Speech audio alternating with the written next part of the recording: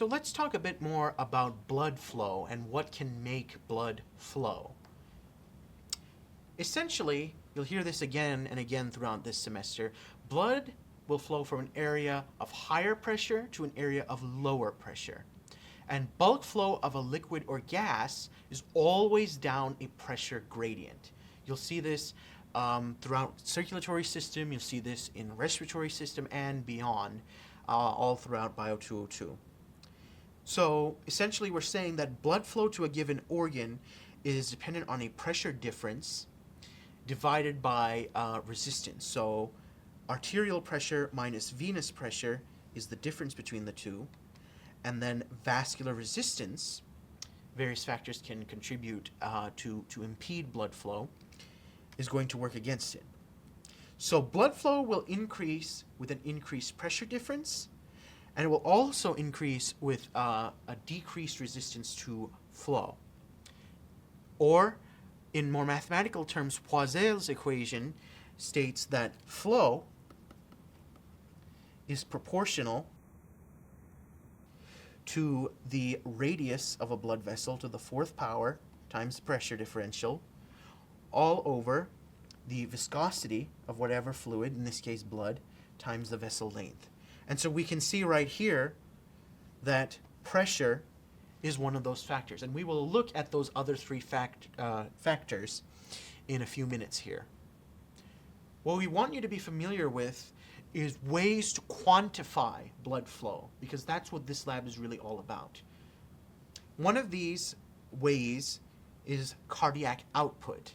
And a way to inspect this is to see, well, how much blood is coming out of the heart in a given period of time? Well, how much blood is coming out of the heart in each cardiac cycle?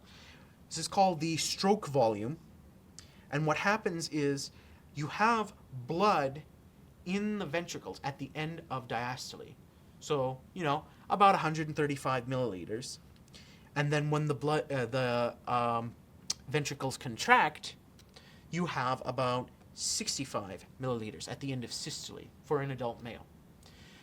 This can increase if you're more physically trained, and it can also increase a bit during exercise, as we can see in this graph here. The heart will actually pump out more blood with each beat under certain conditions.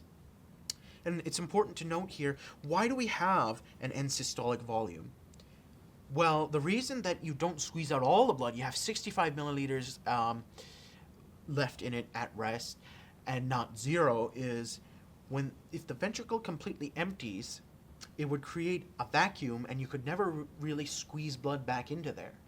It's kind of like if you have a tube of toothpaste and you squeeze a whole bunch of toothpaste out of it, and then you try and reinflate the tube. It's almost impossible. If you leave just a tiny bit of toothpaste in there, then you can kind of squeeze it back and forth relatively easily.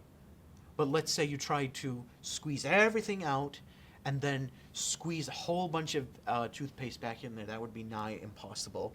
And so, for this reason, there's always some blood left in the heart. It's important to remember that.